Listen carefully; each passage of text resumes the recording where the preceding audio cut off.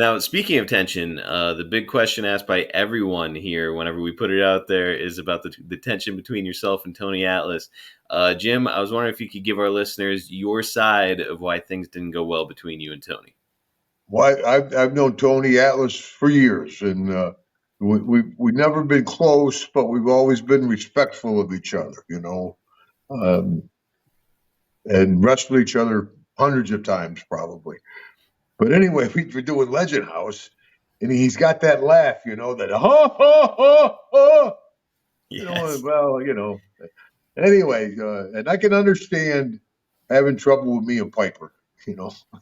We're a pain in the ass too. But how do you have trouble with Hillbilly Jim? The guy's like a Buddhist monk. He meditates, he writes music, he cooks. Easiest going guy in the world, and Tony had trouble with Hillbilly. Yep. But anyway, that first big deal we did, we had Busey, the movie guy, Gary Busey, come in, and Tony's like this. Well, Gary, he's goofier than any of us. Holy shit! I mean, he's crazy. And Tony's just he said something about families, and I said, well, family started at home anyway. Tony boom. There was tension right off the bat, and that tension just built and built. Really came to a head at the Chippendale deal in Vegas. Yes. He would end up bumping you. He claimed that he was going for a drink or something like that. The whole story. So we had trouble. Then we no open words, but I think they showed the tension. He's glaring at me, I'm glaring at him. Anyway, so we do the commercial. Who had the better commercial? And Mean Gene and those guys, they went and did a car wash commercial. But me, Tony, Piper, and Howard did the flock of flamingos. Flock of flamingos. and doing that little shoot, Tony was obnoxious. He was a pain in the ass beyond belief. I mean, unbelievable. Talking about camera angles and this and that. I'm like, it's Piper. Piper's a movie guy, Let him, if he's got an idea, let's flow with it. But I think I came up with a flock of flamingos. It worked. You guys won. It worked, yeah. The other commercial was much better produced and polished, but people remember to this day. I get folks come up and go, "Flock of." And so the winners, our deal, those guys had to take the van to Vegas. We got to take the limo.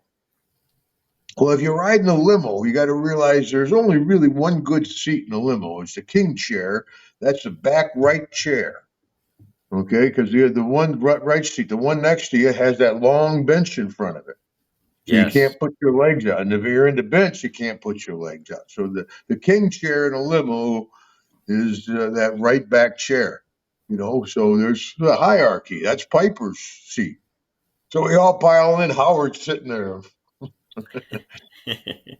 Now Piper, if you don't, like we're talking about the Johnny Raj thing, it's not the proper etiquette. Yes. So Piper's like, he's pissed off at Howard for taking his seat, But anyway, so that's a pretty good drive from Palm Springs to Las Vegas. And we're driving out to Vegas, and we all stop to go to the bathroom. We get back in, and Tony didn't get out. Everybody else got out. Tony, going to get out? We're all getting out. It's going to be a long drive. We're not going to stop, No, I'm all right. We all get, boom, we go. We're probably 100 miles from Vegas, and he had to actually shit his pants. I mean, it was disgusting. I'm a wrestler. And it was disgusting. I've seen some stuff. It might be that and then leprosy. It was bad.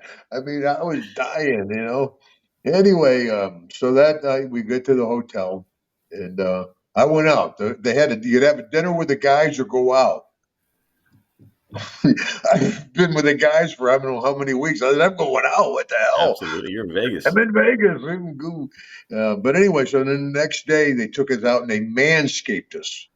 We went and they did the waxing and all kinds of poor Piper. They were killing him, You had to pull that in. I can't believe it. I got a whole new respect for women being waxed. Holy shit.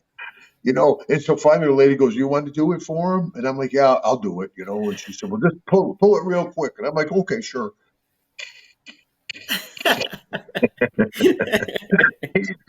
He's screaming at.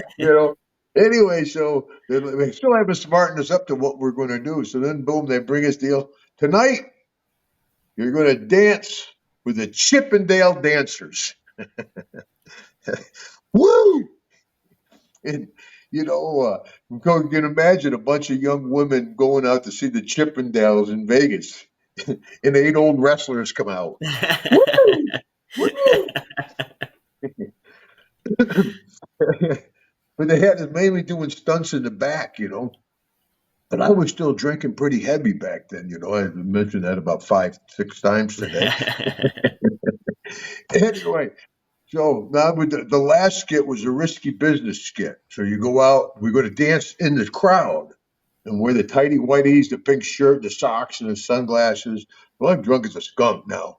So I go out there and they say, when you hear the saxophone, that's the cue to come back up on stage. We go 1, 2, 3. We'll do this little skit and finish up the show. Listen for the sax. It'll be cool.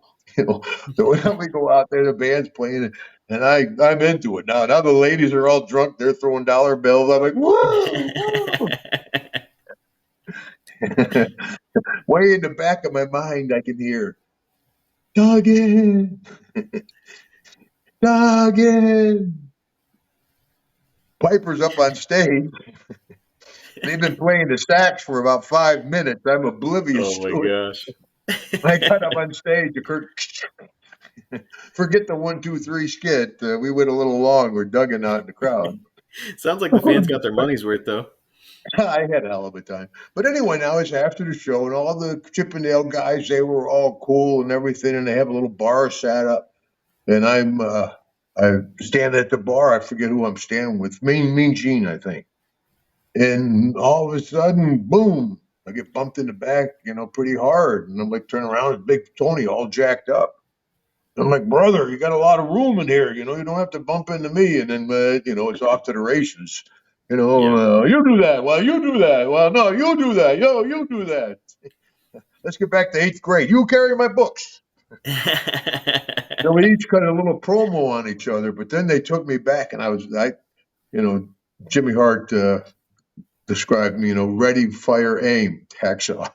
Yeah. So I'm pretty fired up back then. They took me back in there. Now I'm knocking shit over. Big muscles don't mean shit to me.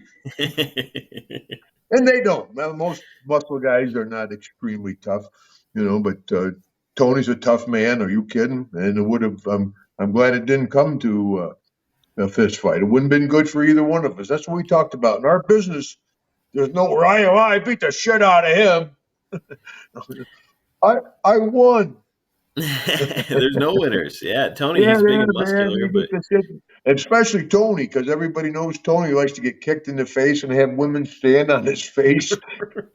So I said, I ain't going to hit him in the head. That's for damn sure. 1973, Glens Falls High. Boom! I go behind him, ride him a little bit. That's what I was saying. Like Tony, wrestlers, if you watch that MMA stuff, it's usually the grapplers over the strikers. Yeah, get them down on the ground. He's a big, strong man. Little wrestling knowledge goes a long way. He's a big, strong man, but you're a shooter. Oh, so he's a monster strong guy. Still is. And is still a good friend. Actually, he just sent me a picture he drew. Yeah, we see each other now. It's bygones be bygones for sure. We're friends. We just couldn't live together. He just actually is quite an artist, which is part of the Legend House deal, the art thing we did. But he sent me just a really nice picture. I actually wrote him a thank you card. He's a great artist, and I know that if you can find him on social media, I know that he sells some of his artwork there. So go out of your way to check it out. Yeah. He's an incredible artist. Good, yeah. But actually, go ahead. Well, they did the art day. That was the one thing. Everybody had to come up with a work of art, and we're going to take it to it. And we have an art show in Palm Springs at a gallery. And they plugged the hell out of it, They pushed it pretty good. Big, and people didn't know, thought we were really artists. Everybody had to come up with a deal. And you know what I think the best seller was? Don't want to brag. Can you guess whose artwork it was? I believe it was you with the handprints, right? Oh, you gave it away. Jesus Christ. Where's that Magnum again? Oh no! Glad I'm not Let me get there. all my gimmicks going. Hand me the 2x4, the cape, the crown, the flag, the board. The gun. Yeah, might be a new gimmick nowadays, right? That's the only thing. They have to come up with a new finish. Okay, I got a good one. I'll shoot you with a gun. Yeah, that'll work. After all the high spots we see nowadays, yeah, I wouldn't be surprised. Yeah, I know. That's Alec Baldwin. How that goes, right? But yeah, Gun safety is important. your idea was the big winner because it was handprints. Plus, you guys all signed it. Like, what a cool, Handprints, unique yeah. piece with Everybody hands. put the handprints up. I want to do the turkey deal. You know, you do that back when you were a kid. Yeah. I'm sure it would have sold. Yeah, Now, well, the handprint sold. That was, yeah, yeah. all the And way up to the end. Tony had some nice artwork. Some of the guys could draw, but the silly handprints, because I can't draw a straight line, so I had to come up with something. How about if we all stuck our hands in paint? It worked. Yeah, it did. Um, Now, Tony and you had tension even all the way up to the end. Whenever Lawler did the big sit down interview, kind of like a Yeah, big post show. When did you and Tony finally bury the hatchet? Because even then, it was like, these guys might fight right here on this stage. yeah. Well, probably a couple years, well, 3 or 4 years later. It was a while. We didn't see each other years after that, Okay. and but we both realized they could have capitalized on that. I think we were both businessmen enough to say, "Hey, shit, they could work an angle off this." Yes, absolutely. I'm actually a little bit surprised that they didn't. Yeah, well, we were too. I were, yeah, but uh, yeah, it was Tony's a big proud guy. I'm not going to put up with his shit. He's not going to put up with. But I love that they put Piper in between us. You two were arguing, and Piper's sitting Piper's like this. just. He's like, "Oh, Jesus Christ." Me and Tony are arguing back and forth. Yeah, but I think we're both a ways from blows. Yeah. And by the way, guys, if you're listening to this and you have not yet seen Legends House, it's on Peacock. So go out of your way to watch the whole thing. That's where I watched it, and it is really, really entertaining. So yeah, Yeah, go and check it out. yeah. I've had a Uh, lot of people say I didn't like you as a wrestler, Hacksaw, but I liked you on Legend House.